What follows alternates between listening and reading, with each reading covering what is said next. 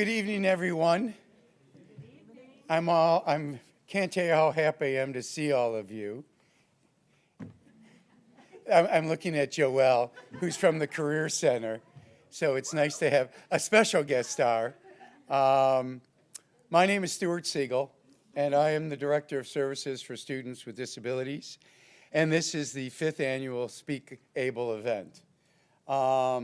Before I talk a little bit about the event and what you're about to witness, I want to sort of give some shout outs and kudos and give sort of one piece of, for me, bad news, for her, incredibly good news.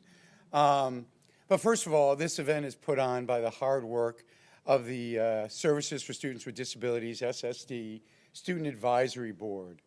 So I want to recognize all the members of the advisory board. Those of you who are on the advisory boards, if you could stand and be recognized, I would appreciate it.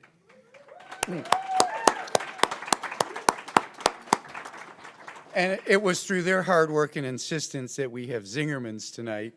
Otherwise, we would probably be having White Castles or something else. So you can thank them afterwards.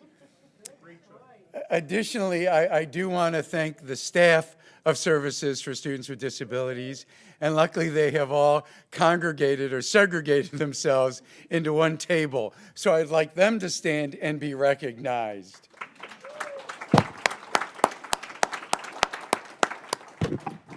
Now, for me, the one piece of bad news, but the one piece of good news, is I want to call out one particular staff member.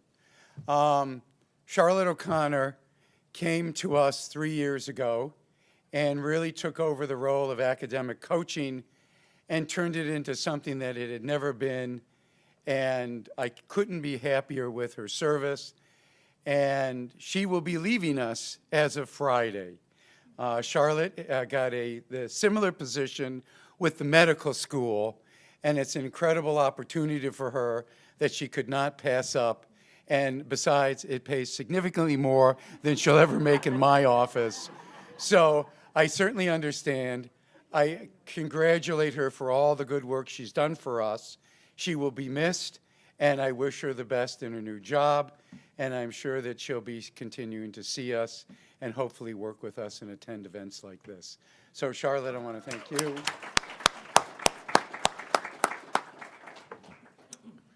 And now on to the SpeakABLE event. This is, like I said, the 5th year of this, and it was really started by the Student Advisory Board. Our student leaders felt very strongly that there needed to be an avenue where students could get together and speak about their experiences about having a disability, whether that was writ large, their life, and where they've been, or whether it was concerning the campus climate here at the university, or whether it was anything that they really wanted to talk about.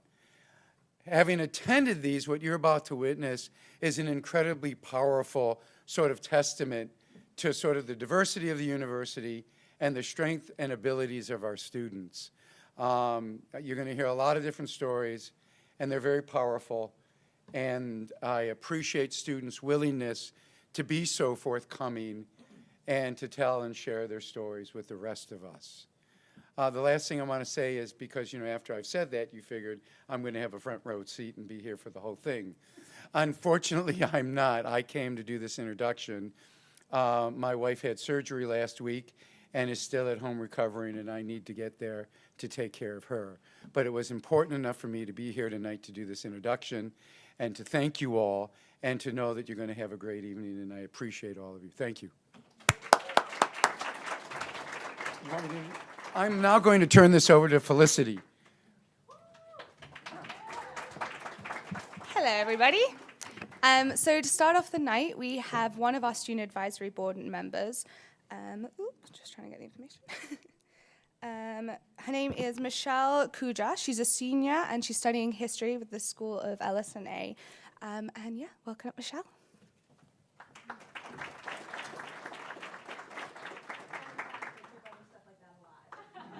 Not the first time.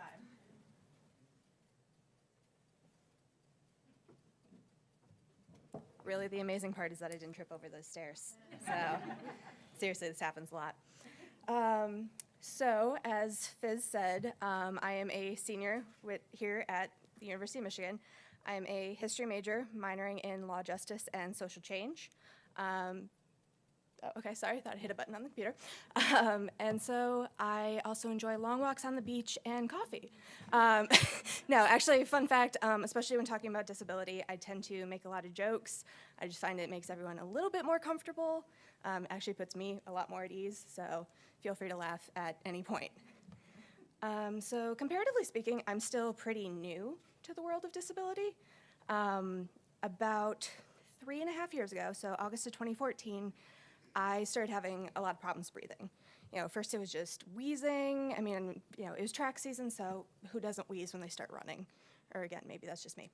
But so, started coughing and just kind of progressively got worse to where, started coughing up blood. Sorry for the grossness there. And then it just kind of continued to get worse until about 2/3 of both lungs were full of fluid. So I ended up going to 3 or 4 doctors, and all of them are like, you know what, it's bronchitis, it's pneumonia, it's everything under the sun. So, I'm getting all these antibiotics, everything, and nothing is making a single dent in what's going on. So, eventually, actually right before I was supposed to move down here to the university, I was admitted to the hospital in my hometown. And they decided, okay, we're gonna give you a breathing treatment designed to open up your airways, make it easier to breathe. That had actually kind of the opposite effect.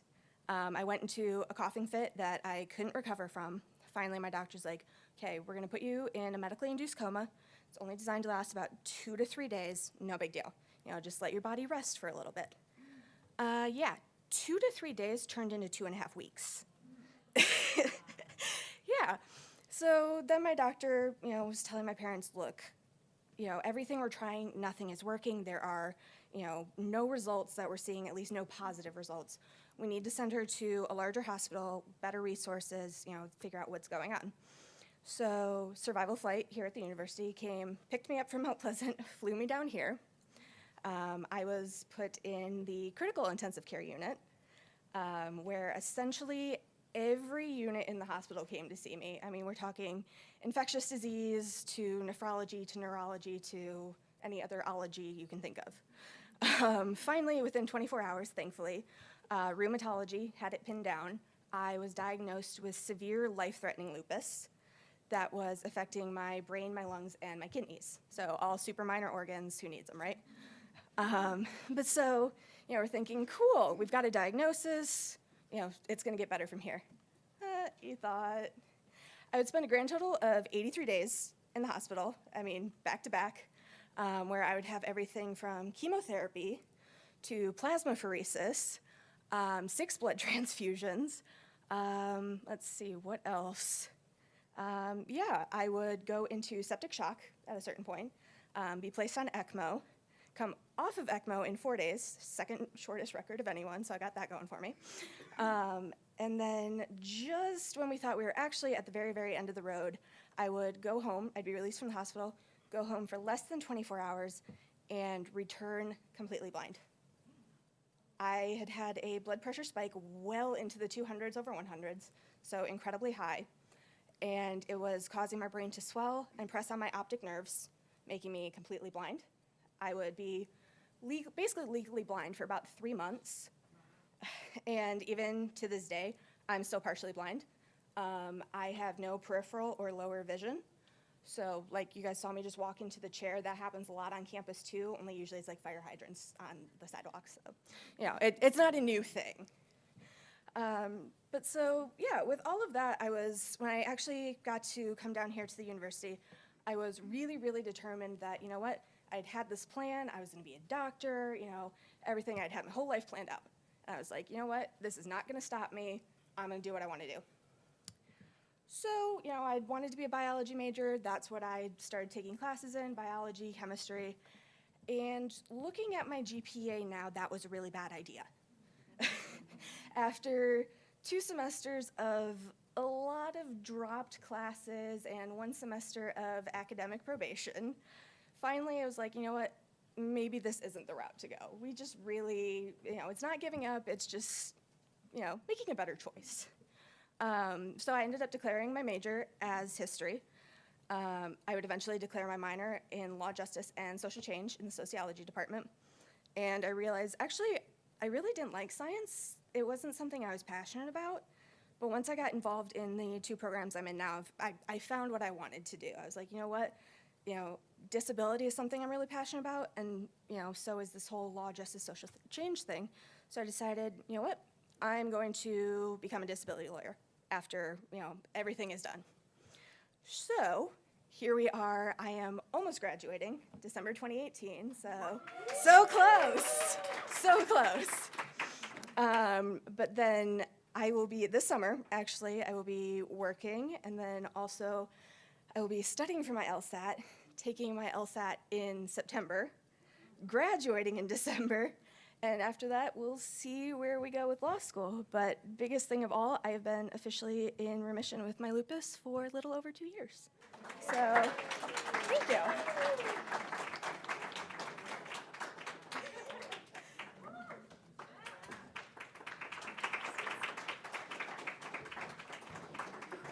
Cool. So next up, we have Henry Lior. He is a senior studying theatre in the residential college, using theatre as a method of activism for queer and disability rights. Welcome up.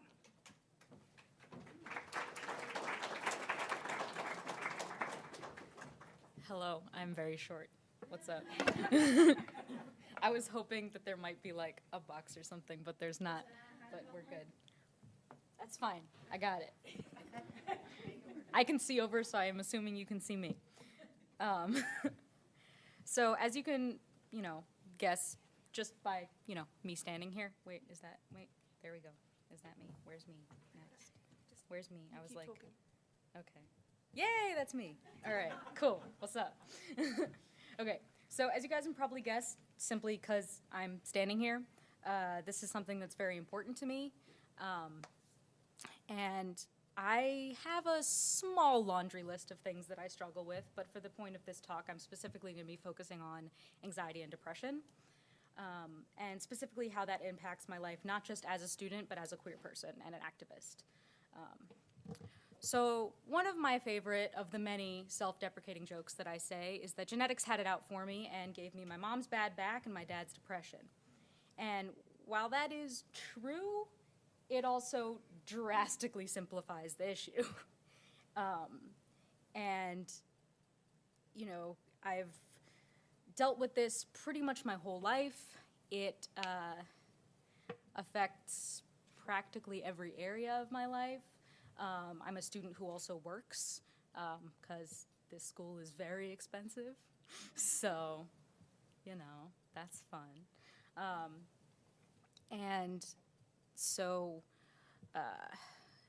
the anxiety is super fun because growing up, and this was less so now because I've, been working on it for 22 years, so hopefully I have a better grasp on it now than I did when I was in elementary and middle school, crossing my fingers, is that, so the anxiety really showed up first, and then the depression came along, or got worse in about high school. But very early on, I was terrified of judgment and failure, and I didn't even like compliments because I was convinced people were lying to me. I was like, just don't say anything. I was like, don't, talk about what you think of what I've done in any way, because if it's bad, I'll cry, and if it's good, I think you're lying. So it was not a fun time. And throughout specifically middle school and high school, I was constantly being told that I was too sensitive, that I wasn't trying hard enough, that,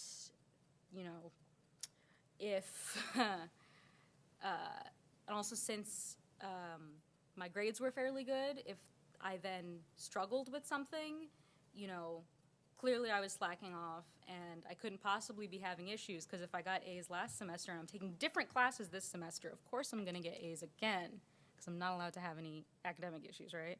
It was great. It was fun. It was not fun. So that was super helpful, coming from, all the higher-ups, all the teachers at my high school. I really loved hearing that. And So while I knew for a really long time that these were issues that I had, I didn't actually begin taking medication or regularly seeing a therapist until my second semester of my freshman year here. And throughout high school, I did see a social worker, and she pretty much saved my life on a few different occasions. I love her. Her name's Nicole. She's great. Anyway, I'll talk. I could literally do a whole other speech about her, but she's really the first person who sort of taught me about like how important self-care is and how important it is to tell people when I'm, struggling not just physically but mentally, and how that's just as impactful. Like, I'm allowed to not do my homework because I'm literally too depressed to like keep my eyes open. Like, that's legit, and I wasn't prepared for that. I wasn't prepared to be told that by somebody, especially somebody who was in a position of power, because that is not something that I'd ever heard before her, so I am eternally grateful to her. But she also wasn't a licensed therapist, so there was a limit to exactly what she could do for me. But also, part of the delay in terms of getting actual professional help was fear, and part of the fear was just from the anxiety chemicals. They're great. But I had also heard way too many horror stories of bad treatment from people in the mental health system, and I really did not want to become one of those stories, so I didn't enter the mental health system for a very long time. Luckily, I've so far managed to avoid that outcome. But it's also been a very calculated effort in terms of exactly how deep I go into the system. And there are still some avenues that I have not taken just because I'm like, nope, it's too risky. I've heard too many bad things from people that I care about. I'm not going to go there even if it could help. But something that I've found extremely interesting from navigating both life and advocacy as not just a person with anxiety and depression, but a queer person with anxiety and depression, is that there's one really significant area where the narratives overlap, and that's labels. In both areas of, just sort of community and advocacy, there is the same vast array of opinions about labels. Some people love them, some people despise them, some people literally could not care less. And it's really interesting because I have yet to hear an invalid argument for any of them. I personally really love labels because before that because when thinking back to high school, when I was being told by one of my favorite teachers that I had to stop crying because it wasn't a big deal, and then I find out, hey, there's a diagnosable word for this. It's called depression or it's called anxiety, whatever triggered that particular instance. That makes me feel so much better than sitting there going, oh my God, he's right, because that just makes me feel worse. So being able to sort of look at myself and saying, this isn't necessarily something that I have control over. It's something that I can sort of look at myself and say, this is part of who I am. It is so helpful. And that also specifically relates to my feelings in terms of coming up with labels for sexuality, in that, I sort of was panicking about, who am I attracted to? How do I feel about this? All of that. And it's like, oh, there's a word for that. Oh, it's called pansexual. That's so great. That makes my life so much better, because I actually also one of the big things that I've figured out about labels is that if there's a label, it means there's enough other people who experience the same thing that a label had to be thought of. So the simple existence of a label also meant that I wasn't alone, that I wasn't imagining things, that I wasn't making this up, that there was some community somewhere of people who, even if they didn't have the same label, had similar ones or knew what that was and what it meant. And I would be able to go there and I would be able to sort of find community of people find solace, find companionship in sort of not struggling with these things on my own. And so that's part of what I like to do in theater is I like to talk about that. And I think that because, you know, there's a lot of narrative right now about, you know, how important representation in the media is, and it is so real. And so that's part of what I try to do in my theater is the more you see something performed at, you know, the more you see an example in front of you. And also, events like this, I love events like this, but to be fair, the people who are going to show up to them are the people who already, like, y'all already know what's going on. So theater has this opportunity where people who have no idea what's going on are able to go and they're like, okay, I'm going for entertainment, and they get entertainment, but they also get really crucial information, and they can sort of see life experiences that are super, super different from their own. And so that's something, and I've learned a lot through theater, and so I'm trying to help other people learn a lot through theater. So I am focusing on acting in my major, but I'm, you know, down the line, way, way down the line, like probably not for at least another, like, I don't know, 15, 20 years. I'm hoping to have like a theater company where I really focus on, you know, queer activism, disability activism in terms of utilizing different theater forms, like groups of people who are portraying stories that they know intimately, as opposed to people who don't actually deal with these issues, who are, for them, it's just an acting gig. Like, I think it's very, there's something really powerful about acting, not necessarily your own story, but something that you really know intimately.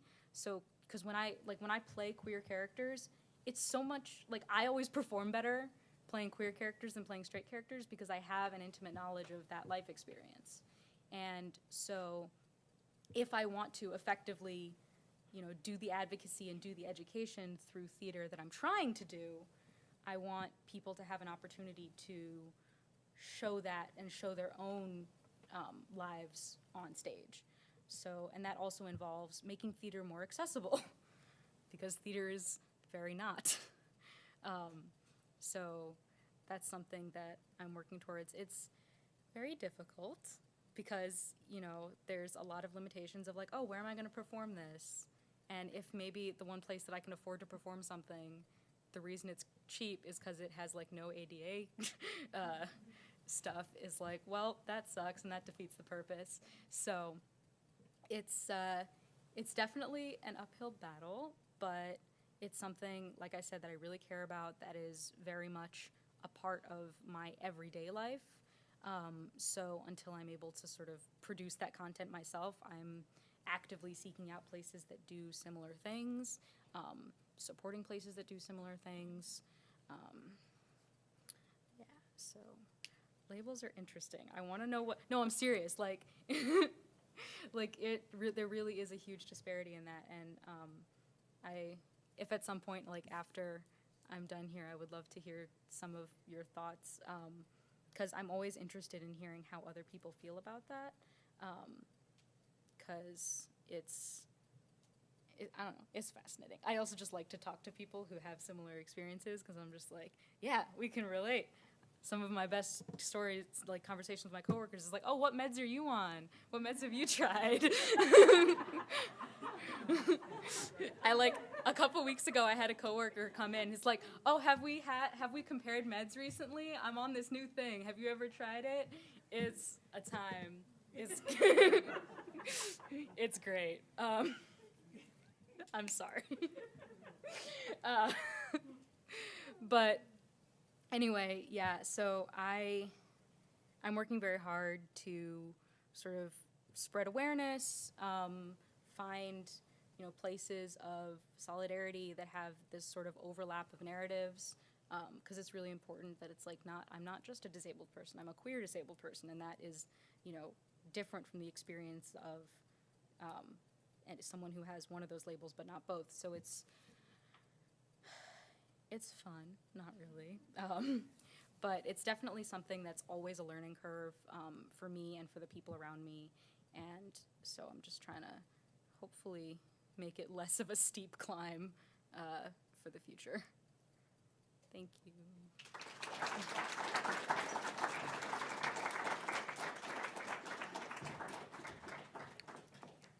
So next up, we have Katie Van Lauren. Katie is a French and biomolecular major at the LS&A, and she is a senior this year. Welcome up, Katie.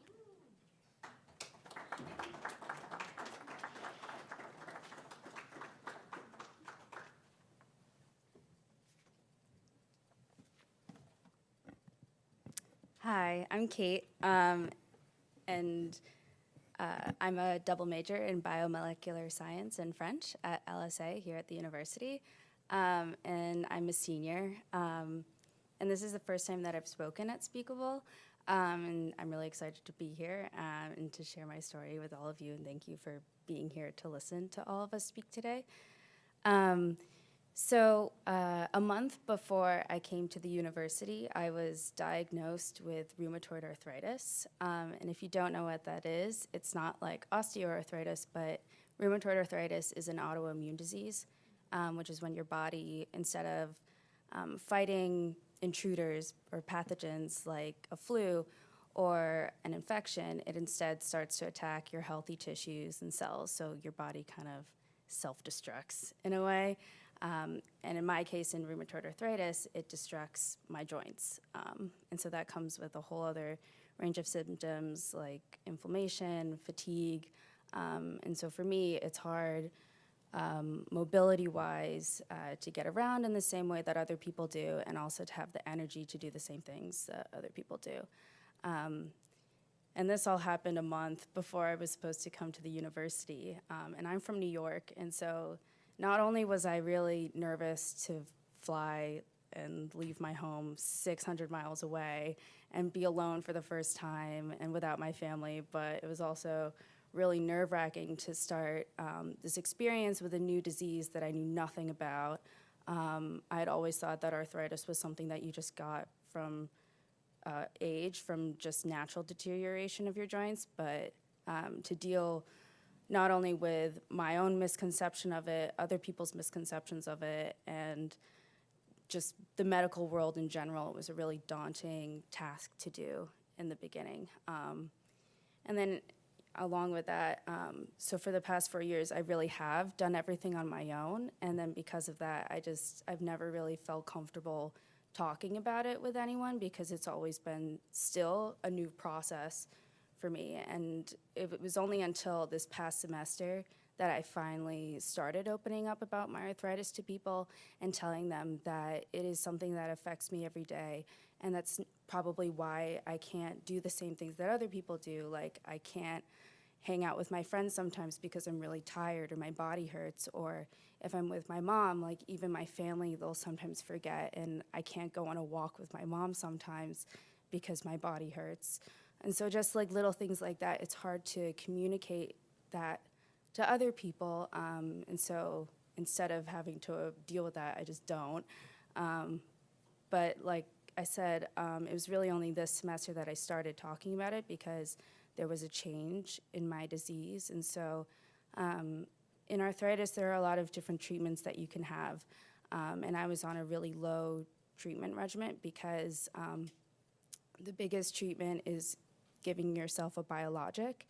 And biologics are self-injectable drugs, but even though I'm pre-med, I have a really big fear of needles. And just to give yourself a shot, to me, it's like the scariest thing. And so for 4 years, I was just so scared to do it.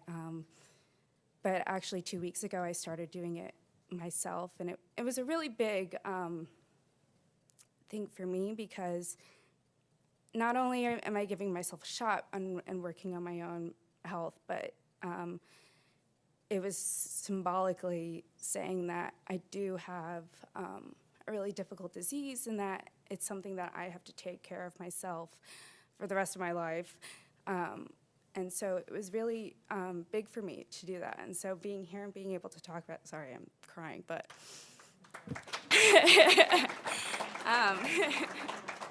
thanks. But to finally be able to talk about it is really important to me. And I think that's something that and I was just talking about this with my friends the other day, but it's not something that you do talk about with other people. You don't talk about the hard things. I cried too much, okay. Like, you don't talk about the hard things that are going on in your life, and everyone's supposed to expect from you, like, to do well in school, to be able to go to class every day, and sometimes I can't go to class every day, and it's not because I'm lazy or anything, or because I don't want to, it's because I can't, and it's hard to get up in the morning sometimes. Sorry. Yeah, obviously I don't talk about it a lot, but thank you. I don't know where I was going. But it's really remarkable because now that I have been opening up about it, a lot of my friends have been very receptive to me, and they've noticed that that not only am I able to communicate better with my friends about my arthritis, but in everything. And so it's really helpful to be able to talk about it more openly. And it's really nice because then I get to see that I can be proud of myself and all the accomplishments that I've been able to achieve while dealing with this really difficult disease. Like, last semester, it was really big of me because I went abroad and I went to Paris. And because I'm a French major, like, that was a really big deal for me. And that was something that I always wanted to do.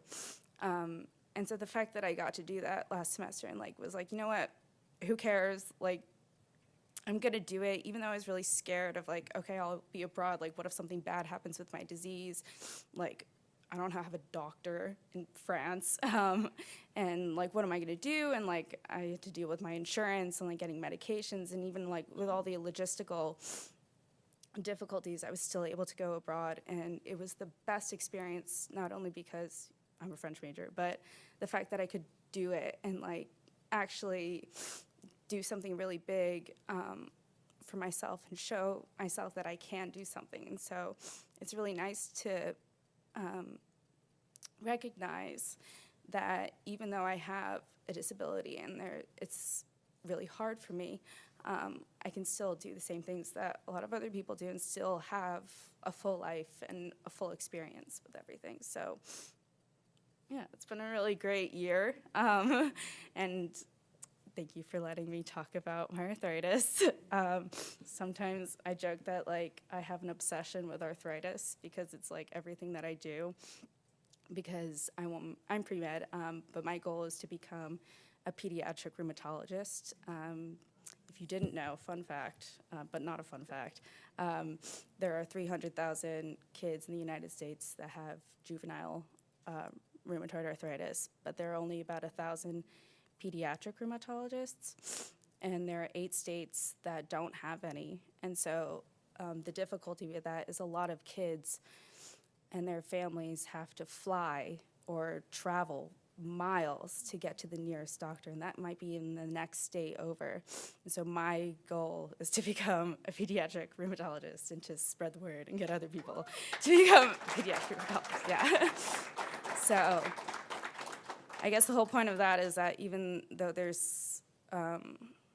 are difficulties in life and there are disabilities and hardships, there are a lot of good things that come out of them, like these kinds of events and people sharing their experiences and being able to make good things out of those experiences. So, thank you.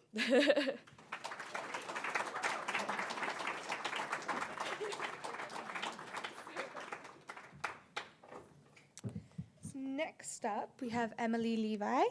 Emily is a sophomore and a biopsychology major. So welcome up, Emily.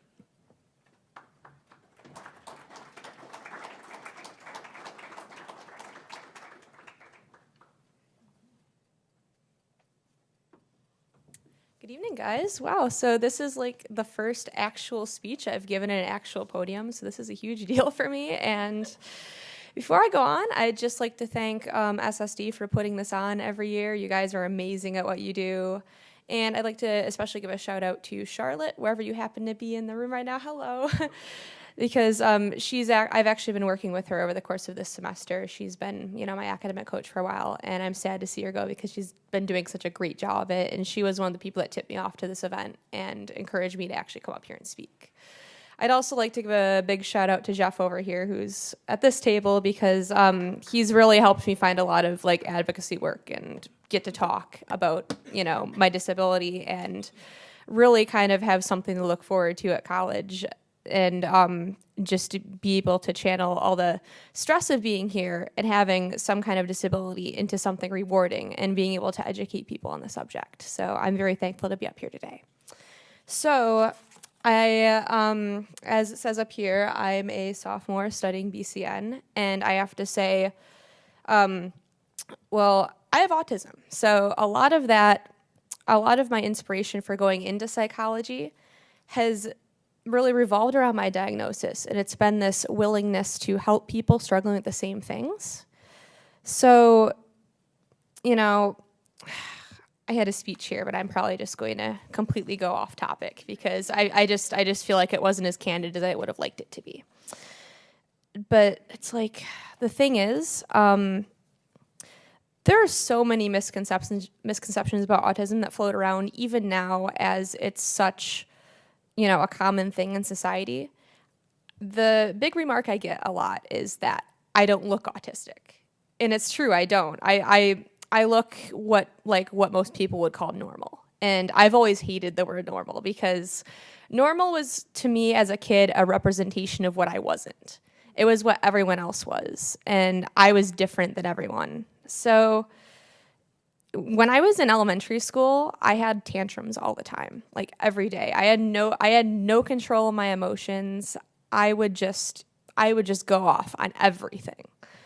And as high school came around and, I grew up and I emotionally matured, the behavioral part of things went away, but I started having a lot of issues with anxiety and getting my work done. I had to get a lot of accommodations in school, and at that point, as I got older and as I continued to prove myself as a student, I had a lot of remarks from people. I had like extra time on my tests and things for my ACT and all that, and my friends would come up to me and be like, why do you get extra time? We don't. Like, why do you have this advantage over us? Or like, I have like so many examples written down of this. Like, for example, my dad, my parents even. My dad came up to me one day and he's like, I don't understand why you still have this autism diagnosis. Like, if you're totally capable of doing everything by yourself, like why do you need all these accommodations? You don't need them. Like, you're just like, you can't skate through life. No one can skate through life. And I'm in college now, and back in elementary school when I got upset at literally everything, and you tried to tell me, if you went back in time and told me then I'd be in college, I would laugh because I just didn't see it. But I have accommodations now too. I don't have extra time on my assignments, but I get quiet places to take tests and things. And for the first year or so of college, I never used them because all these things that people told me, all this shame I got for just needing a little extra help to get by, I started to internalize and rationalize that in my head. And I started thinking, well, if I can't just skate through life, then why should I? So for over a year, I had accommodations sitting on my desk and I never turned them in ever. And I just said, everyone else does things fine without them. Why shouldn't I be able to? So I'm a sophomore now, and my GPA is terrible. I have a 2.5. I've been on academic probation on at least one occasion, and I spend more time stressing over my work than anything. And it's like, instead of skating through life, I sit in bed and I cry, and I sit there in a flurry of papers and missed deadlines and just general confusion. And a lot of times I just feel helpless, like there's nowhere to go here. Like, even now, I feel like I'm shamed a bit for my disability. When I go into office hours to get help and I ask other students to help me, if I need help on a math problem, for example, and I go to another student and I say, hey, can you show me how you did this? I don't ask for the answer, obviously. That's silly, but I'll say, what was the process you used to do this? And a lot of times they'll just give me the most vague answer, just roll their eyes. And it's like, to me, that feels like I'm not deserving of their help. Like, they don't really know what I've went through. So here in a big college campus like this, a lot of times you're seen as like as a slacker, as someone who doesn't try. I have pages of lecture notes that I haven't filled out yet, and it's not because I'm lazy, it's not because I'm incompetent. You know, I feel like I would still have good grades if, you know, I just knew how to navigate things a bit better. And, you know, it's like, what was I gonna say? I completely lost my train of thought. But it just feels like here in a bigger college environment compared to where I was in high school, other people's like view of you matters more than your own view of you. And that kind of sucks. I've missed out on like study abroad opportunities and internships solely because of my GPA. And it's terrible that, you know, I can't tell people all these things that I've gone through. It's like there's so many things that don't appear on a resume. And it, you know, I just wish it was kind of a bit easier for me. So, you know, you're probably wondering, you know, if I'm up here talking and complaining about my life, you probably think I want sympathy, right? Well, no, I've gotten sympathy from people. It does not help. I would rather see empathy. I don't want to hear people say, you know, I'm sorry you feel this way. I want to hear people say, you know, I understand you feel this way, and let me try to help you, and let me make an effort to understand how you feel. It's like,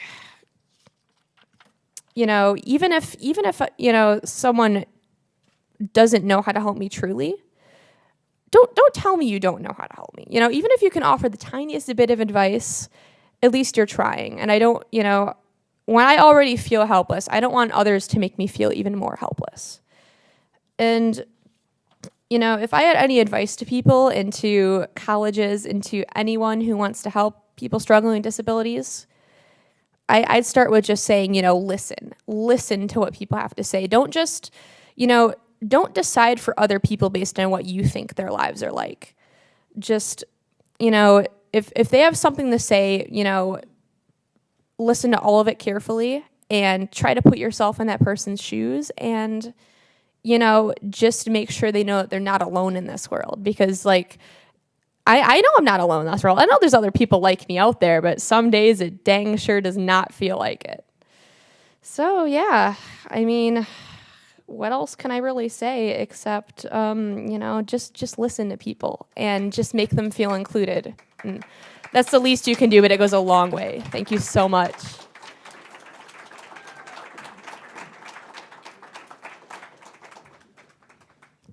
Next up, we have Miss Lauren. Oh, we have a video. Sorry, take that back.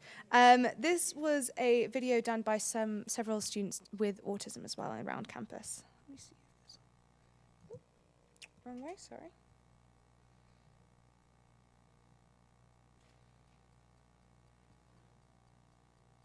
I'm Luke Kudryshov. I'm a PhD student in English and Women's Studies here at University of Michigan. I'm in my second year. I'm a first-generation student. I'm low income. I consider myself incredibly lucky to be here at college. I'm a senior here at the University of Michigan, majoring in history, with the goal of going to real estate development. I identify as autistic and neurodivergent, also as transgender. I use they, them pronouns.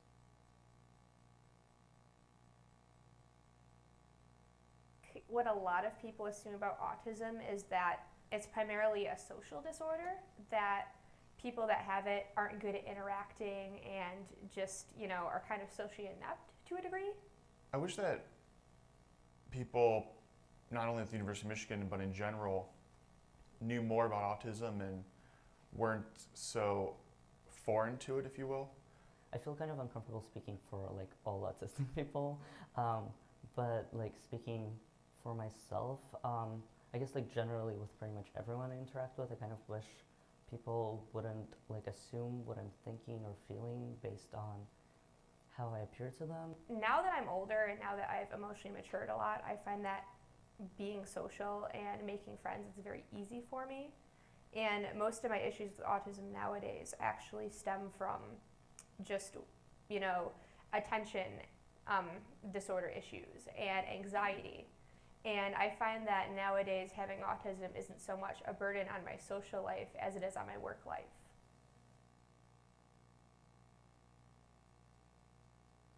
when they told me I had autism a little for my junior in college, I was very angry and I completely refuted it and wasn't able to accept it. And I was nervous that it could maybe make it more difficult for me to succeed in life. And freshman year, I actually struggled a lot. I ended up failing 2 classes my first semester. I got put on academic probation. I spent the entire second semester of freshman year fearing that I'd have to drop out and go to community college. The university really didn't offer any kind of support for disability if you don't have a diagnosis already, so that's kind of really frustrating. Even at a large college like this, resources aren't always easy to come by.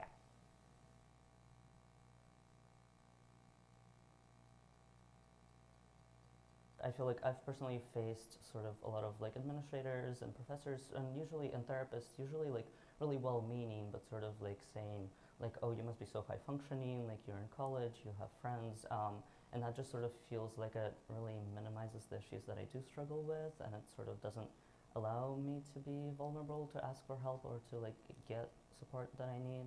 But in high school, my friends just bugged me about that all the time. They said, oh, you get extra time on your work? I don't. Why do you think you're special? And just, hearing stuff like that early on in my life has impacted how I deal with things in college now. And it's certainly not in a good way.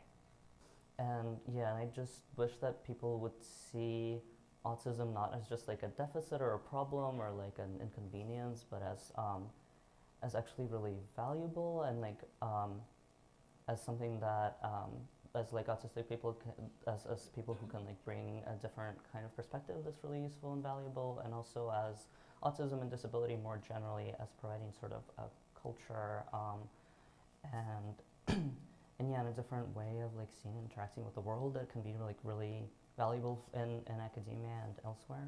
My big thing being in college is that I don't want people to think that I'm lazy or inefficient or anything like that, because I consider myself none of those things. Those that are diagnosed, just like me, should not freak out about it and know that there's nothing holding them back from succeeding as much as they could had they not been diagnosed with autism or been on the autism spectrum.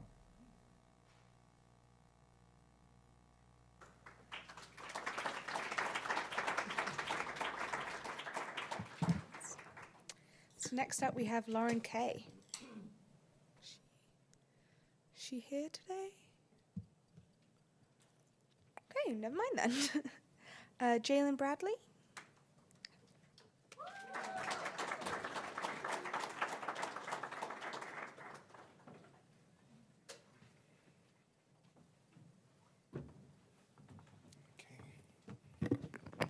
Hi, everyone. Just to introduce myself. Well, can I use one of those? Okay. That should be what? Okay. Testing. Okay. Hi, just to introduce myself, I'm a freshman here at the University of Michigan.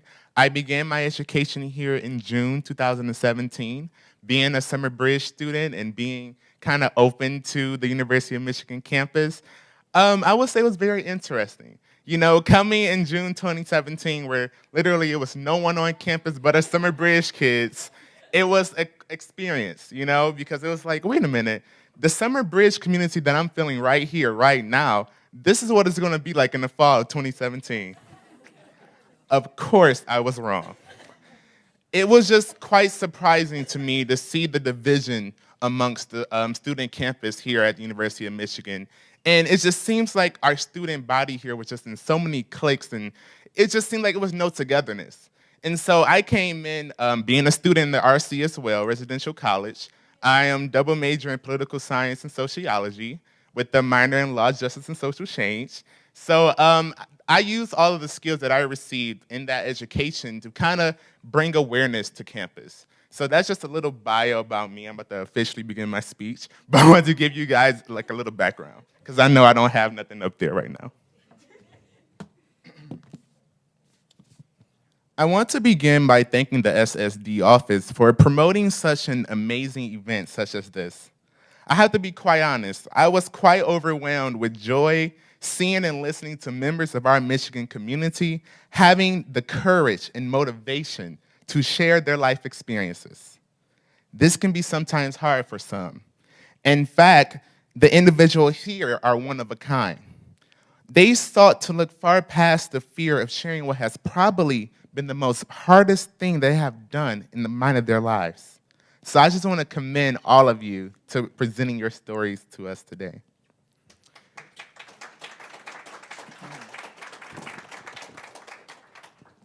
This evening, I am here to share my experiences with you all. I am coming to you from a family where I have an aunt living with schizophrenia for half of her 51 years of life, a cousin who sustained a brain injury since birth, friends who have learning and physical disabilities, and members of my family who even work and interact with those who are disabled on a daily basis in the field of education and transportation services. I am here to provide you all support and advocacy on the occurrences that are unjust in our society. Today, with the politics and various inequalities that are just still evident today. All because of the fact that people are different than what's considered as normal. Last I checked, as long as you are a human, you are normal. However, not everyone in our community has the same ideology. So that is why it's important for me, because I want to educate people on the reasoning and truly foster what it means to provide a diverse, inclusive, and equitable environment for all. So, my family and I have witnessed unjust things taking place all around us, especially with the disabled community for many years. We have seen the way the legal system works with treating people like my aunt, who is just one of the 3.2 million others in the United States with a serious mental health condition will be with someone at all times. This condition is called schizophrenia. All the legal things that took place was putting my aunt into various mental health facilities, in which here in Michigan, we all know, we do not have many of them here. And she only lasted at most a week long in such mental health facilities. They would simply release her and actually allow her to make decisions for herself. And when my family would question such behaviors as to why this is such, we will always get this answer.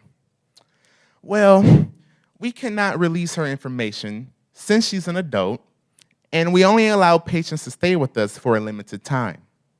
As adults, some patients can check themselves out at any given time. You can just imagine how this made my family and I feel every single time we heard that ridiculous response and the procedures of how they do things in these mental health facilities. That's ultimate purpose is to help the mental disabilities. There was things such as several court proceedings that my mother, who is my aunt's sister, would attend and pay all the necessary fees that were required before a litigation could take place. And mind you, that this could either take a few weeks or a few months to actually get a court date. Another thing that the legal system would do is constantly move my aunt place to place with a court-appointed legal guardian in various community living spaces. This is all without the consideration of where the family wants her to belong. This is where she is with either other women or living in a co-ed space with people who are much older than her. Much of the time, they are all under the supervision of staff who may not be the best suitable people with true patience and compassion in their jobs. All of this is a result of some of the actions of our unjust legal system and the little interaction that the government plays in this manner. It is disheartening for not only those who are living with such mental health conditions, such as my aunt, but it's also disheartening for those who do not have a similar condition. Point is, no human, no matter what their condition is, deserves to be treated unfairly and moved and shuffled around. Mind you, that this is not just happening with the individuals who are experiencing issues with mental health, but there are also individuals who are living with physical and learning-based disabilities. Take my friends, for example. I have friends who have mental health disabilities that can sometimes interfere with work and school, and learning disabilities that may require various testing accommodations such as needing a little more time on the exam, someone to read or explain a question to them, needing to be in a small group setting, or someone to just assist by taking notes in their class. Even some of the friends who have those physical disabilities that requires them to travel almost everywhere in a wheelchair or even on crutches. The point is, all of these things are totally fine and do not define who they are or who they will become. However, it is not always acceptable to various people in our society, such as some government leaders or even people that are not socially aware and exposed to true diversity. One prime example of this was the ongoing debate of the Affordable Care Act, specifically just last year, 2017. It included cuts to Medicaid, which is the main health insurer for adults and children with disabilities. For those of you who do not know, Medicaid covers services that other insurers typically do not, such as personal care assistance and lifts that allow people with disabilities to live in their own homes and communities. Though the repealing of this bill has failed, the fight for equality is still continuing as our current government officials has allowed states to enact work requirements for those who receive Medicaid, which is again a policy change that would likely result in disabled people losing coverage. If you don't consider this an example of inequality and unjust, then consider just another fact that recently has been brought up in our society. Currently, in Massachusetts, an educational institution called the Judge Rotenberg Educational Center for Students with Disabilities, this is where staff has been abusing their students by placing painful electric shocks on its students to help manage their behavior. It is like a human taser that they're using on their students. But this is just one of possibly many other educational facilities that portray such an example of inequitable behaviors within. This is quite plainly what I consider torture of innocent people with disabilities. It is disheartening to see elected officials in place not hardly do anything to foster the true values of diversity, inclusion, and equity amongst all people. Ultimately, that is why I want to emphasize to you all that it is very important to build allies. And it's very important to understand what it feels to be underrepresented or marginalized in whatever community that you are a part of. We must stand up for all the unjust things that are taking place in our communities daily. It shouldn't matter if you have a disability or not, or any other social identity that an individual may hold. We must all do our best to change the way that people think about the disabled and any other marginalized group. Here at Michigan, we are an intelligent campus of millennials and Generation Zs, but we need more of us to be super passionate about establishing true diversity and inclusion, not only here on campus, but out in the real world as well that we live in today. Morgan Freeman said it best: attacking people with disabilities is the lowest display of power that I can think of. Therefore, we need to make sure that this place, and every resource is offered and accessible to all, as well as we need to enforce that people should and will always need to respect each other as much as possible. Even if they are different, who cares? We must just do our parts to continue the fight for equality and make this a better place for all human beings. No one and no group is exempt. Thank you.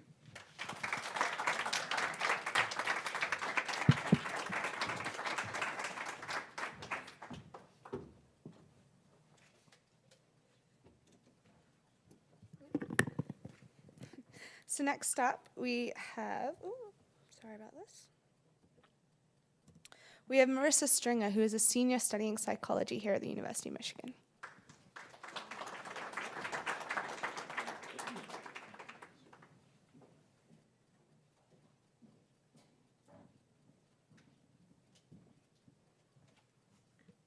Hello, everyone. Can we just take a second to discuss this?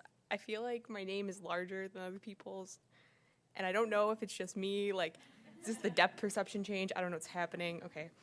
Sorry, I just needed that second. Thank you for indulging me. So thank you very much to the Services for Students with Disabilities Office for having this event and allowing me to be here. Obviously, I'm Marissa. I'm originally from Lincoln Park, which is just outside of Detroit in the Downriver area. When I was in high school, I did pretty much everything that my school offered. I think there were actually only like 2 student orgs that I didn't do. And I actually like took a lot of pride in that. Like I loved being busy and staying out of the house because it made me feel like I was really living my life and taking advantage of all of the opportunities that came my way. I was always that person that people, called mature for their age, and like I was always the one that hung out with the older groups, like my sister's friends. My sister is significantly older than me, and the friend that everybody came to for advice. Here at U of M, I participated in marching band, Tau Beta Sigma, which is a band service organization, and I've done research in 3 different labs, 2 looking at the development of mental illness in young children, and 1 looking at psychological pain management. And right now I have an internship at the University Center for the Child and Family where I work directly with kids with autism. I plan to take a gap year after I graduate this spring. I'm fire up, I'm so ready. Plan to take a gap year, work in research in some capacity, and I'll eventually apply to clinical psychology PhD programs, so that way I can be a licensed psychologist and do psychological evaluations in the legal system. I'm very interested in the intersection of disability and law, and I want to do a lot of things, but I think I just need to focus on like where my skills lie and how I can best use those to help create change in that way, and then expand from there. So that's where we're going. I'm really proud of everything that I've accomplished, but like I have had to go through hell to get here. Am I allowed to swear? I'm sorry if I'm not. I didn't mean to like ruin the sanctity of this event. Okay, I'm getting some nods. We're good. Okay. Sorry.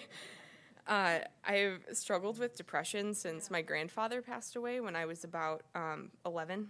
At first, I tried talking to a close friend that I had, but she was struggling with her own issues too, and instead of helping each other get by, we were kind of just sending each other into a downward spiral. Like we would use each other for what we thought was support, but really it was just like adding more gasoline to the fire that was our lives. And then it was just a really unhealthy relationship, but we felt like the other one was all we had. I felt like this particular friend was the only one that could really understand what I was going through, and she felt the same, so we just like kept going. We were just churning away.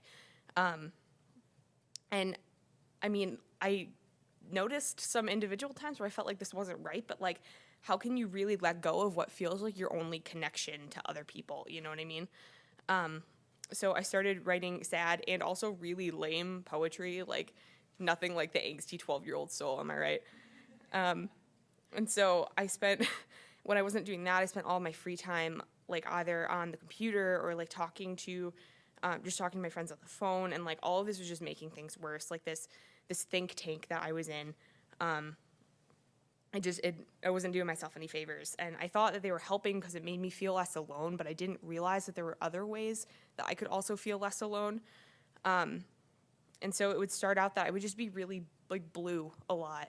And I know that's a poor descriptor, but like I wouldn't be so sad that I was crying or incapable of feeling better.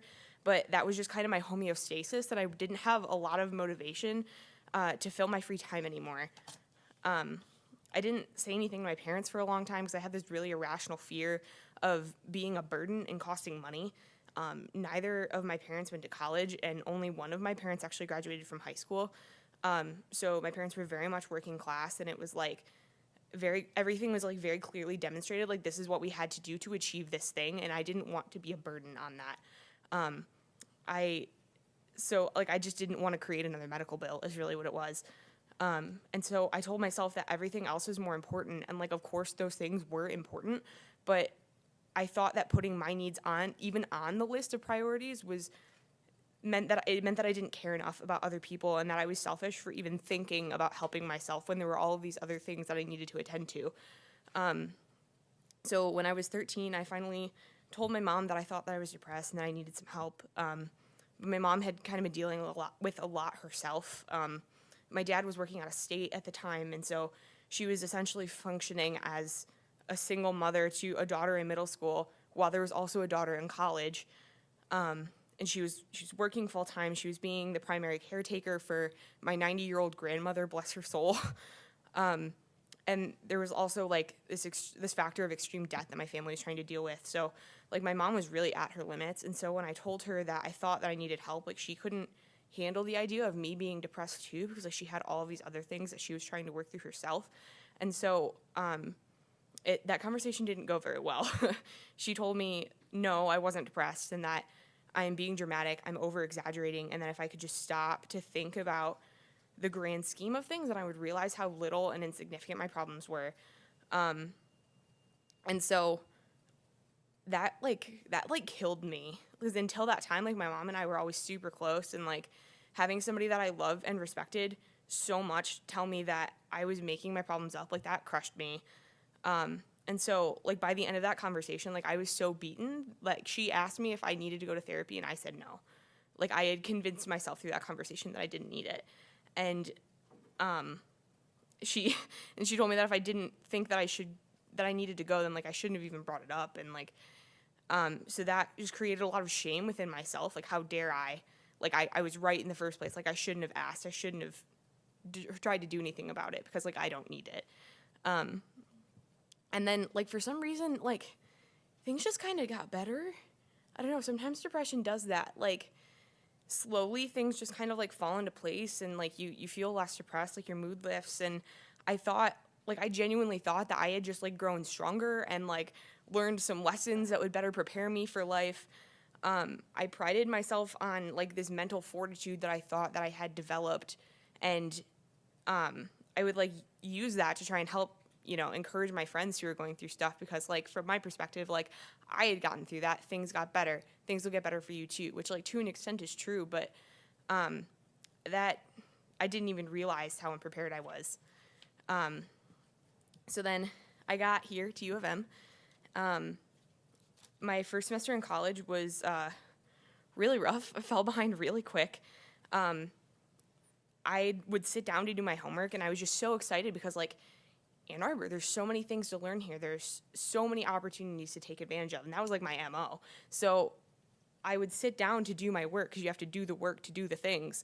And instead of working, like my mind would just bounce around from one thing to another that I had to do.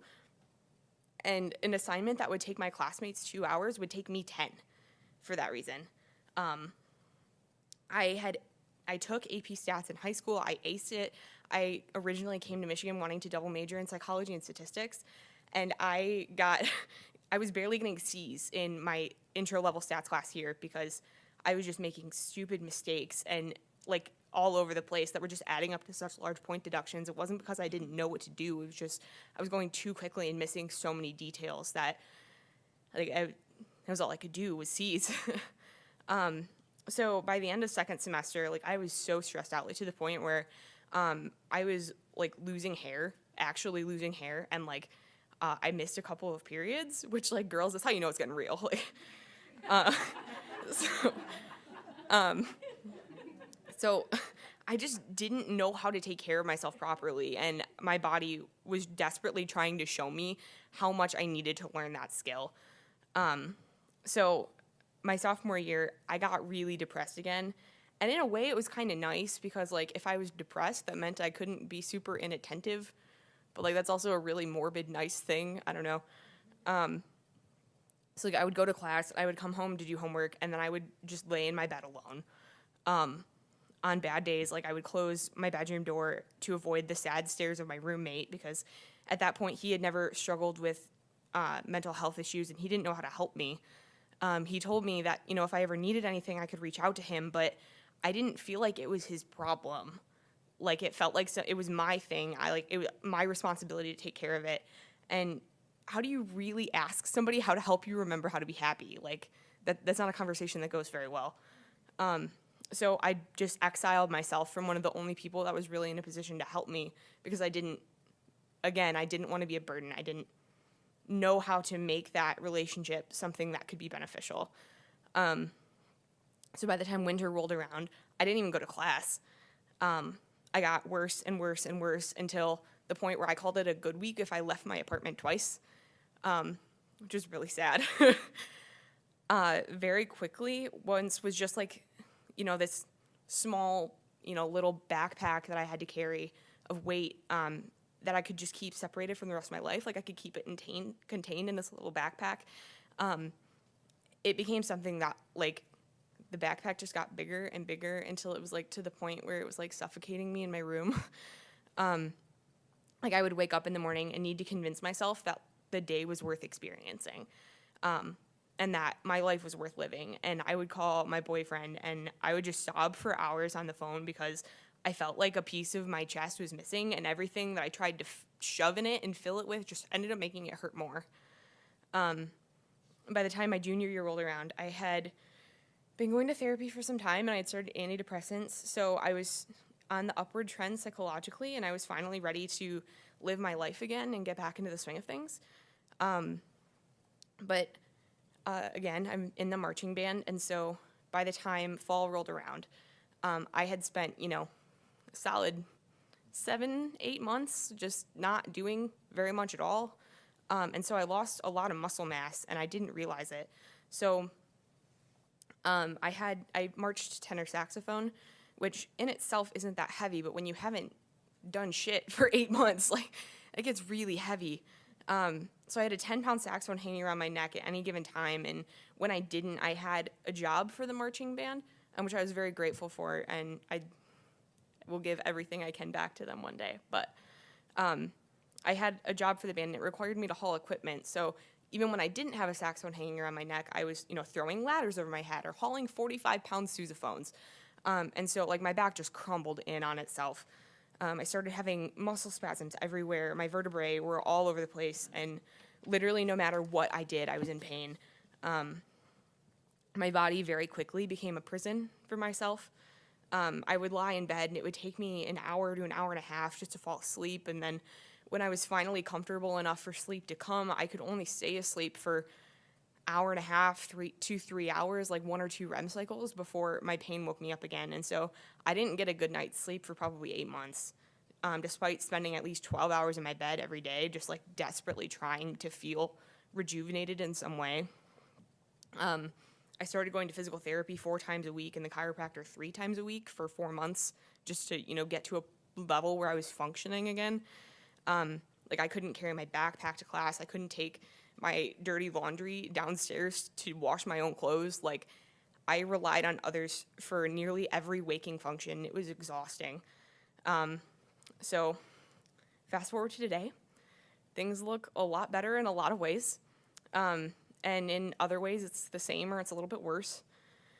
My pain doesn't really hinder my sleep or my daily functions as much anymore, which is a really big relief. I actually was able to go back and do my 4th year in marching band after taking a year off to recoup, so I was really grateful for that opportunity. My depression is mostly under control. Sometimes I still struggle with it. It's not really something that ever truly leaves you, I don't feel like. But for the most part, like I've developed a lot of tools and strategies to help me manage it as it comes up, and I'm a lot better at identifying it now.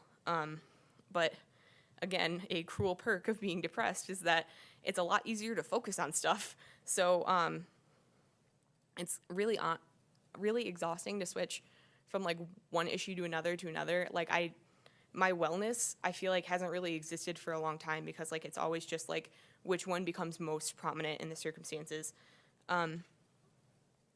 But it's also kind of comforting in a way. Like the last time my inattention was this bad was before my really severe depressive episode, and so that to me signals that I'm like kind of on the right path.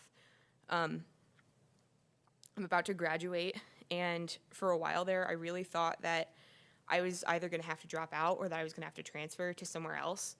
And so just the fact that I'm here and I'm about to walk across the stage in a month, like that's just a very clear signal of how far I've come and how strong I am. even despite everything that I still face and that I had to go through to get to this point, like, I am really amazed at myself. My body has been my home, and it has also been my prison. My mind has been my ally, and it has also committed treason. Even when I have mentors tell me that I either won't succeed in grad school because of my disabilities, or that I'll have to lie through my teeth to hide any sign in my history of weakness that would give them reason to doubt me. I'm still so incredibly proud, and every jab just makes me more and more passionate about changing the climate and the stigmas surrounding disability. If anything, I really feel like my experience makes me even more qualified, because like, I have seen the darkest parts of my soul. Nothing anyone will ever do or say to me will make me feel worse than what I can do to myself. And so, like, because I've been there, like, I've learned what works, I've learned what doesn't work, and I've gotten really good at managing my issues and learning how to create my support networks when I don't feel like they exist. And I know how to tell when things are starting to get bad, and I can stop myself from getting to that point ever again. Also, can we just like take a minute to appreciate that, like, I'm going for clinical psychology and I have to deal with this. Like, you would never, like, if you were trying to be a construction worker, they'd be like, oh my God, you had to build your house? Like, you're too qualified, sir, too qualified. No, that would never happen. Or people don't look at Gordon Ramsay and be like, you had to cook food on your own? Like, sorry, sidebar. I just really feel like self-awareness is one of the most important skills that you will ever learn, and unfortunately, it's not really one that you can be taught. So, like, going through disability in all of its various forms, like, that teaches you all of those things. Like, you're not going to get that anywhere else. I know my value. I know that I am resilient and courageous and persistent and everything else that people without any disabilities are as well. I will not stop doing events like these and sharing my story until the population that denies the existence of depression is gone, until professors who trick you into sharing more information with them about your disability than you're comfortable with, only to use that information to remove you from their classes, are non-existent, and until access to resources and treatment for people with disabilities is no longer a fight to the death, because sometimes it feels like that. I am beyond grateful for all of the help that I've received along the way, from professors to parents to friends to the SSD office to CAPS, to my healthcare professionals, anyone that has heard my story but still chose to see me for the incredible human being that I am, and those who believed in me when I couldn't believe in myself. I know my worth, and I won't stop until everyone else does too.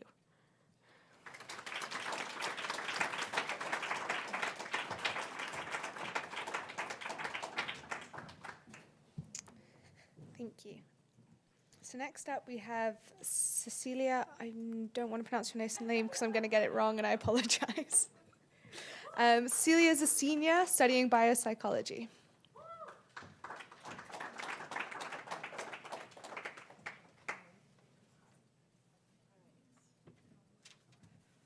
Hello, everyone. How's everyone doing? Good. That's good. First, I would like to thank you, Felicity, for introducing me. And I would like to also thank the Office of Services for Students with Disabilities for providing this platform and allowing us to really share our story, whether it's past or present experiences and what we're dealing with. I prepared a script, which I'll sort of in and out read it briefly, and I hope it inspires you all. I've often wondered, really, what does it mean to be really different in our modern society? And does it mean we look different, or do we have different perspectives, or does different really mean anything that doesn't fit a certain societal norm? And for this specific occasion, what it does mean to be different within our academic institution, and how everybody else kind of views us as somewhat the same, meaning they have this assumption that, oh, since you come to Michigan, you're the best of the best, and you are therefore capable of achieving pretty much any challenge. And what you come to find out later on is that that's not necessarily the truth. So my name is Celia Chapter Tufatia Yomba, if that's not different enough. And I've been diagnosed with post-traumatic stress disorder, as well as major depressive disorder and attention deficit disorder. And so when the coordinator from the SSD, Megan Marshall, asked me to talk about how I felt different at the University of Michigan, I was a little skeptical, simply because it's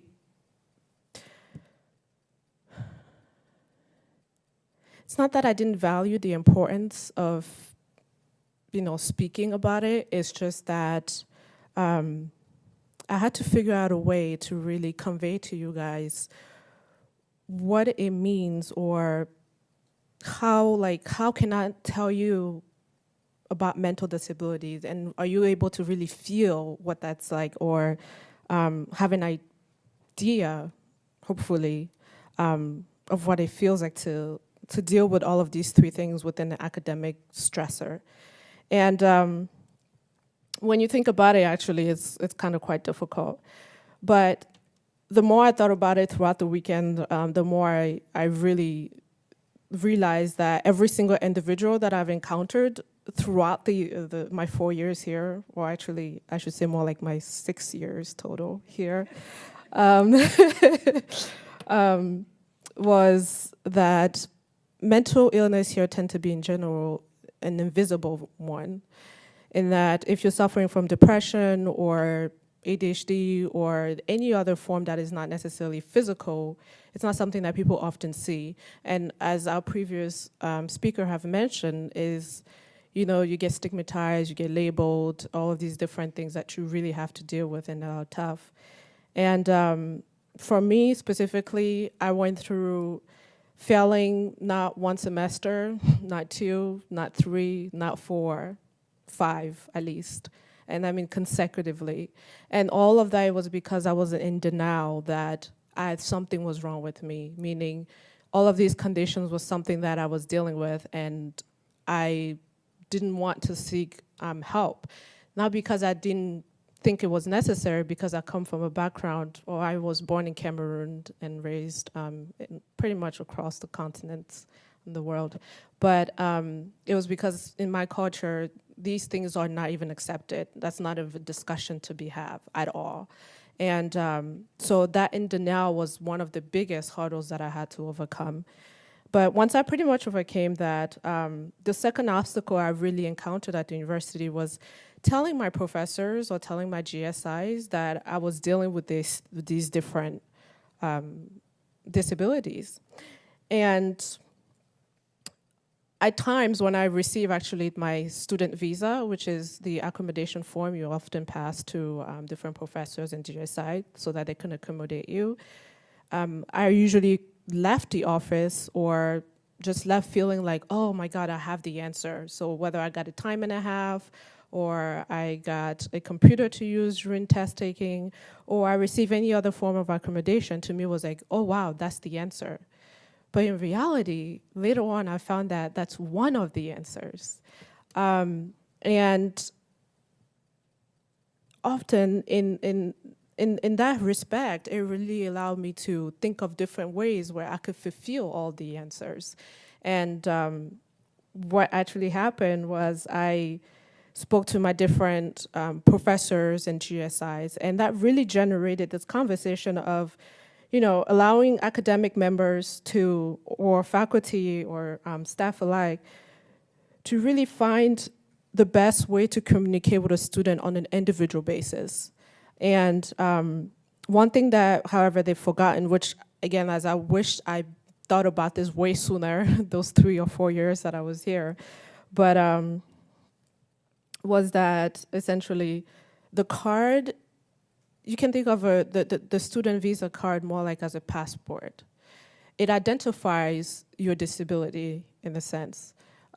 It's sort of like you come into this environment, everybody in the class technically at first is viewed as the best of the best. So when you're showing the student visa card to your professor, you need a little bit more help. So you're not necessarily, you are part of the best, but you might need additional help.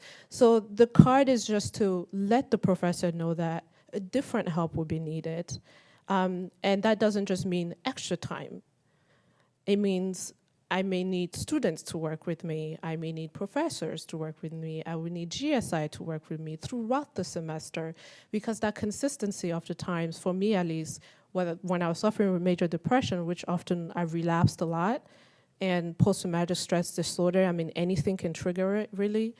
And when I realized that I had to have that kind of schedule with my professors and my GSIs, and most importantly, with the students, it's interesting because you can spend an hour a week with a professor, an hour with the GSI, but they say the class is 3 times a week. If you manage to see your friends or these students, you make a interaction with them 3 times a week for an hour, that's 3 hours plus 2 hours, that's 5 hours in itself that you can invest. And I realized that I had to go out of my way to really make these friends so that we can start working together. Because originally, the students do not necessarily want to come to you, because their notion sometimes is, oh, you're not bright enough or you're not smart enough, what can I gain from you? When in reality is, if I don't know much, that means it's giving you a platform for you to teach me more and to test yourself whether you know more of the material, right? But that's not necessarily what at least the students that I've encountered had. But the more I kind of convey that message to others, the more I realized that we were able to really help each other. So in a sense, I no longer felt different. I felt more, I didn't feel different alone, if that's the word I may use. I felt more that it was a difference, it was like different together.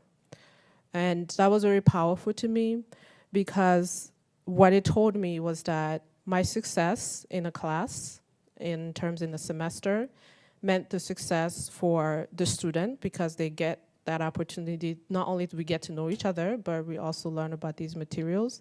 It meant the success for the professors. It meant the success for the GSI. It meant good reviews all around. It meant success for the departments that have been helping me, such as the SSD department, the LSA department. I mean, it took a village department, pretty much. And it also meant success for the academic, that is the University of Michigan, to withhold their standards. And when I realized that, I was really moved by it. So in short, the notion of just being disabled no longer necessarily appeared to me as a bad thing, but rather it appeared to me as I'm moving from different alone to different together. Thank you.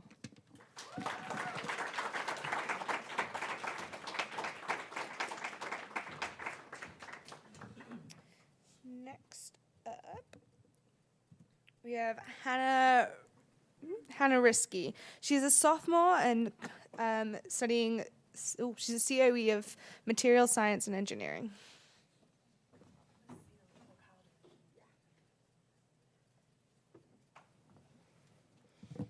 Hi, I'm Hannah, and I have ADHD, and I was diagnosed like probably a year and 2 months ago.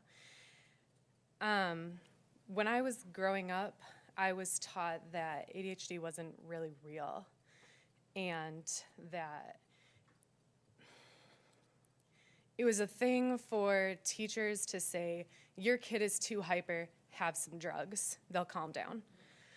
And these drugs they will give to little boys, Ritalin, Adderall, like these are really scary things. And like I've gone through it, and I go through it every day, like whatever. In any case, so I really want to talk about the word disabled, actually, because ADHD is labeled as a disability when it's not really a disability, it's just a difference. And so because I was raised with this misconception of what ADHD was, when I found out and I told my mom, she said, my baby's not disabled.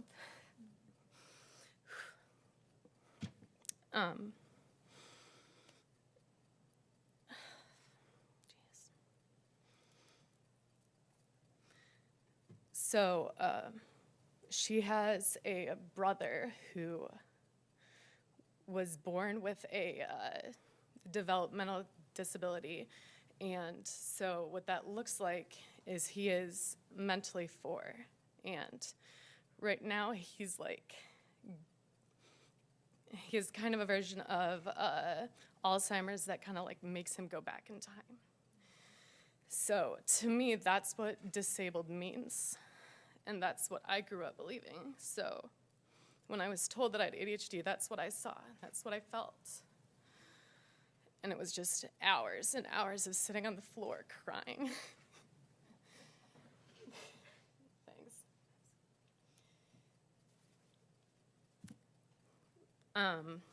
I'm actually really annoyed that I'm crying right now because I'm really I'm not even that emotional about it. It's just that one of the things that is kind of a side effect of ADHD is that you can't really calm down.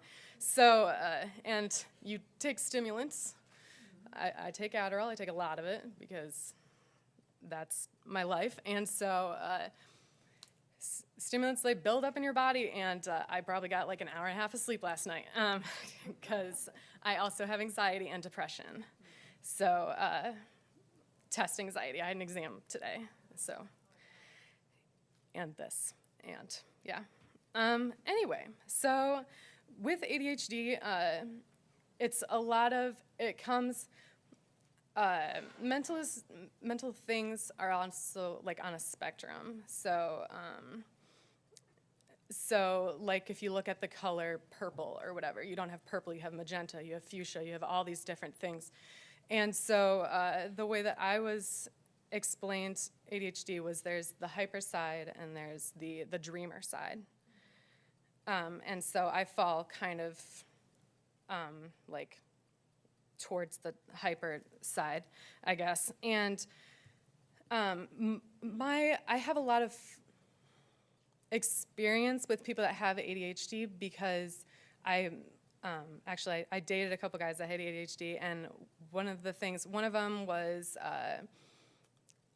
like he didn't do well in school and all these things, and I really wanted to understand what that was because I, as an intellectual, I guess, as someone who identified as smart, was like, well, why didn't that work? What was wrong that you couldn't do it? When I know you're smart, I talk to you, I know you're smart. Why can't you do school?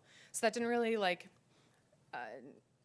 really make sense to me. And out of that situation, I really gained a very large respect for blue-collar jobs. And I was like, man, that's like a really awesome thing to do because you when you can't do school and you know you're smart, but people look at you and they see that number, your GPA, and you're valued on that number. Like, I can't get a job because I have a 2 point. And I'm really smart. Like, I don't know really how else to say it, but and I also have all these added pressures of I'm a woman in engineering. We are a very small number. We are a growing number, but we are a very small number. So when I first came here, I had that whole thing. You are a woman in engineering. You can't let your gender down. I was like, well, okay, we can do this. And then I wasn't doing well in school, and I was like, well, crap, okay. So my depression was really bad. And I was like, cool. And I was that kid when I'm also a transfer student. I went to community college and I got my associate's degree. But when I was there, I was teaching. I had a boyfriend and I had my job and I had really good grades. And then I came here and I had to quit my job because I couldn't do school. I couldn't concentrate. My depression was really bad. Broke up with my boyfriend. My depression was really bad. got really close to being suicidal, and they wanted to put me on antidepressants, and I have always been scared of antidepressants because of like the zombie effect, I guess. And so I came to CAPS here, and she wanted to test me for ADHD, and I was like, I don't have it, but okay, sure. So she tested me, she found out I had it, and I was like, okay, cool. And back to that whole thing. And one of the things that she said to me that was really beautiful is that ADHD is not a disability, it's a difference, because there are two paths, or you want to get to point B. You're at point A and you want to get to point B. Most people can go like, all right, I'm gonna walk to point B now. Not a big deal. When you have ADHD, it's you walk to point B, but you're not looking at the path. You're looking at everything around you. And you're smelling every single flower. And you're looking at every single tree. And when she said that, like, everything made sense. Whew, why?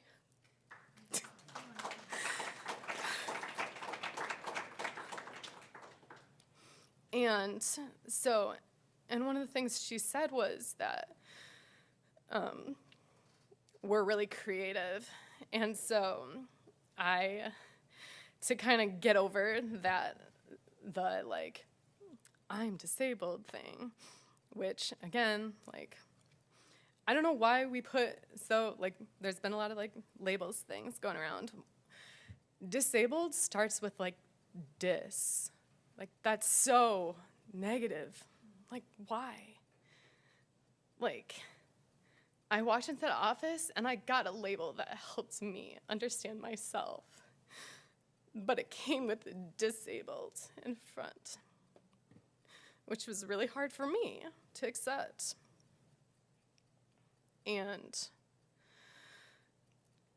so when she told me that we were really creative and that we smelled every flower, I kind of was like, so basically what you're telling me is I'm better than everybody else. Was kind of what I ended up with.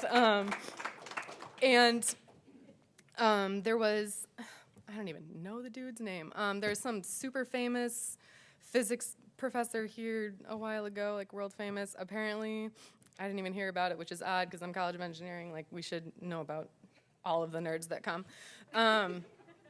Because we love it. Anyway, so apparently one of the things he said was that we, as a science community, are thinking too in the box.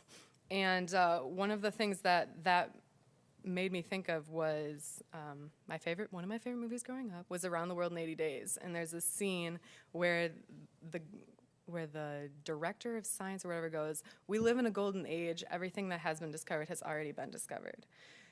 And I'm like, well, that mentality is probably why if they didn't get past that mentality, we literally would not have electricity. You know what I'm saying? And so that's kind of how I see ADHD now, is like, yeah, I'm weird. I do some weird stuff. I'm super OCD. Like, I didn't even know until I started realizing that ADHD and everything was going out. And then talking to Charlotte about, like, organization stuff. So one of the things I have is, like, on the front of my binder, which is not this, I have a printed out calendar, and I cross off the days and everything. And it makes me feel like a weirdo, because I'm like, oh, I need this visual representation of my life.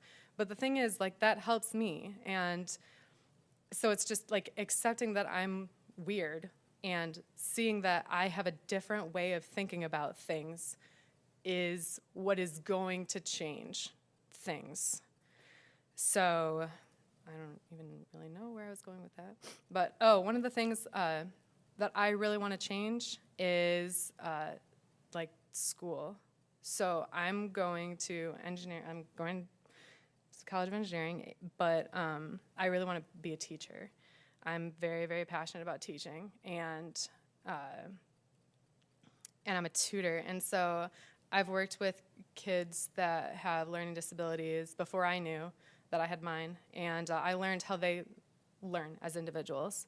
And again, it's not a disability, it's a difference. And so every kid is different. And it's just like our whole entire school society, I guess, is just wrong. Like, we sit in desks and we do all of these things, and it's just so rigid when we are not really rigid. People think linearly, sorta, meaning that the best way that the brain processes information is linearly. But like, I mean, like this speech, like I'm thinking about like everything I've said is all over the place. I have an outline, like I'm not following it at all. So it's just like, how are we supposed to expect us to succeed in such a, I don't know, horrible, I guess, organization of all these things that are going to change everything. So I guess, like, going back to kind of what I was going to talk about, I don't think we should look at disability as disability. I think we should look at it as different and look at it as the things that make the world beautiful. Like, we are flowers, I guess. Just super dumb, but I mean, it's true.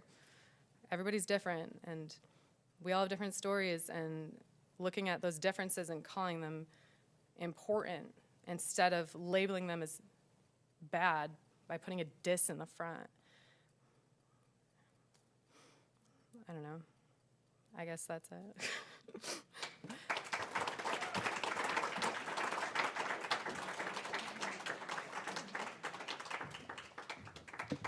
So our final speaker of the night is Nick Watson. Nick is a sophomore studying biochem. He's a member of the Student Advisory Board for the Service of Students with Disabilities and also a member of the Michigan Students for Disability Awareness.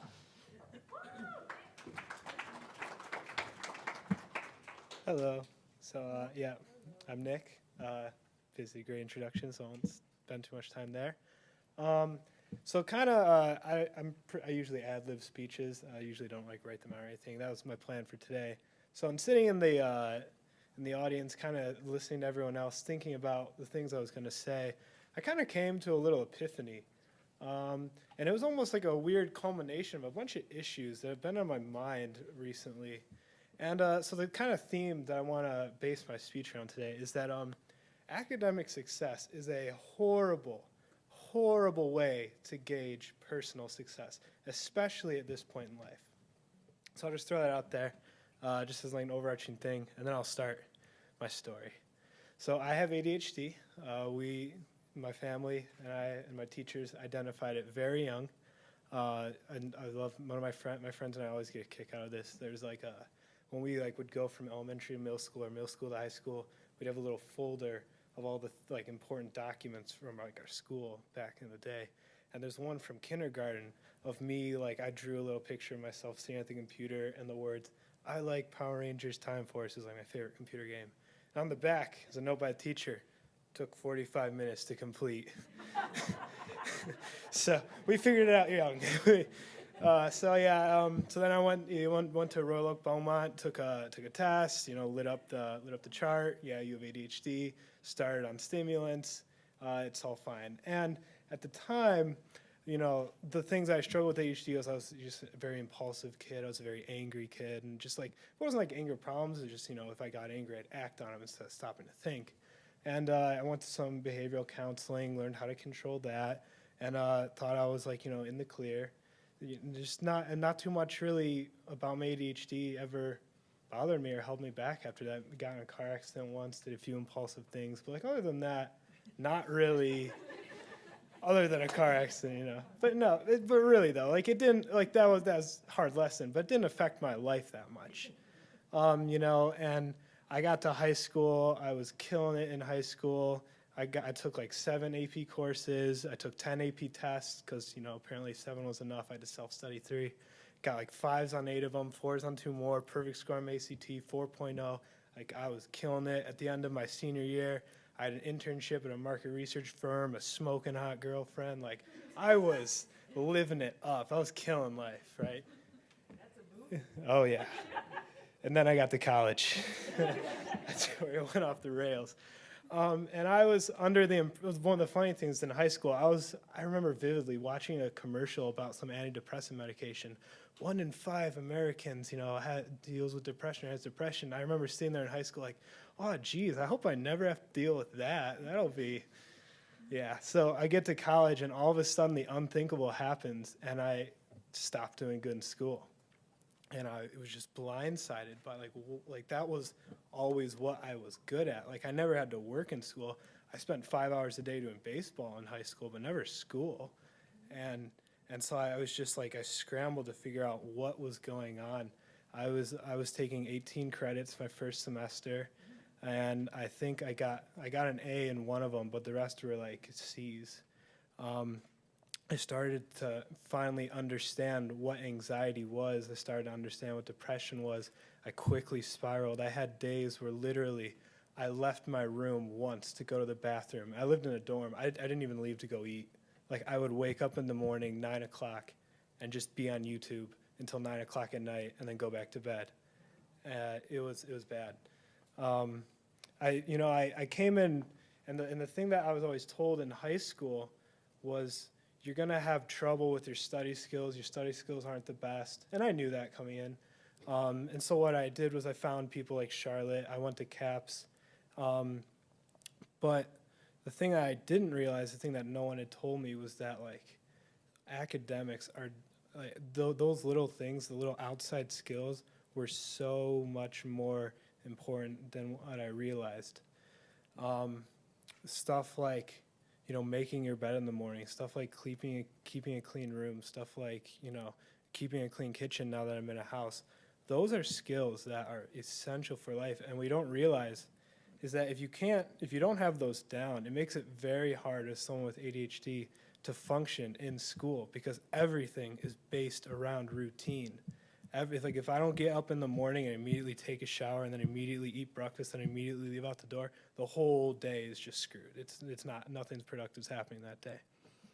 And I realized that there is, and so with that, my grades started to suffer. I came down, I'm like sitting at a 3 point right now, and I'm getting all nervous about future internships and stuff like this. And what I realized is that I'm not doing that bad, though, in life. When I started to reflect on the other things I set out for myself, I told myself coming into college, it's going to be 4 years of personal growth. I told myself, like, for sophomore year, I'm going to grow my social network. And these are all things I've accomplished, and they're like personal growth things that I've done really well at, and I've done good. But there's no way for an employer to look at that and see that. There's no way of anyone to judge that. All people judge is your GPA. How are you doing in school? How are your jobs? How's this? How's that? And that's the thing that college students, disability or not, really, I think, struggle with, and especially when you have a disability, is that one of the things we tend to forget is we are really new at being adults. Like, we've been doing it for a year now, like, had a lot of experience under our belt. And so we're expected to become adults, identify what we want to do with our life, get up every day and work 18-hour days, 9 to midnight, and do all these things at once and succeed in all of them. But the only one that's judged to be valuable is the academic side of things. And so what I would like say to people with disabilities is focus on yourself. Focus on, making the bed in the morning. And then that's literally Charlotte and I, just this last week, we came up with, like, I was at a bad place just recently in life, and we came up with goals, and they weren't stuff like do well in the classes or get my assignments done. They were look at my assignment calendar 3 times a day. Write affirmations for myself, like saying you're doing good or whatever. Make my bed every day, because that's the most important thing for anyone in life, especially with a disability. You need to grow as a person. You need to become someone who's responsible, who can take care of their own business, and don't worry if the academics aren't there. Focus on becoming a person who's competent, who can get up and take care of themselves before worrying about, am I doing well in school, or am I meeting other people's expectations for X, Y, Z? So, yeah, that's all.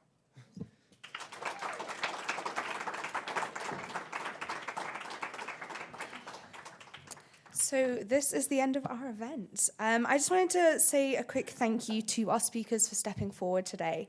From my personal experience, as kind of mentioned earlier, we do get lumped into this category of disabled. And it literally does mean, if you look at it, unable. And that's how it does feel sometimes. But it also gives us the strength and the courage to fight for ourselves in our education and in our daily lives as well. And I also wanted to say thank you to all of you for coming here today. Yes.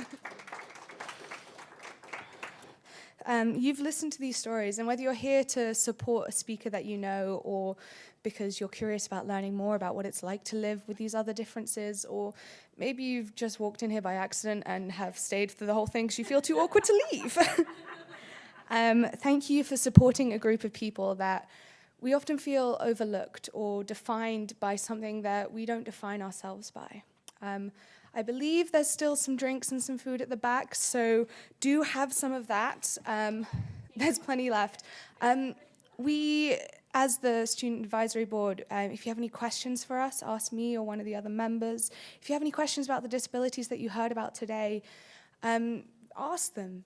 We have only just scratched the surface on what these talks and these topics mean for each of us individually and as a society and a group that is based around the culture of disability. So do ask questions if you have them, and thank you for coming to SpeakABLE 2018.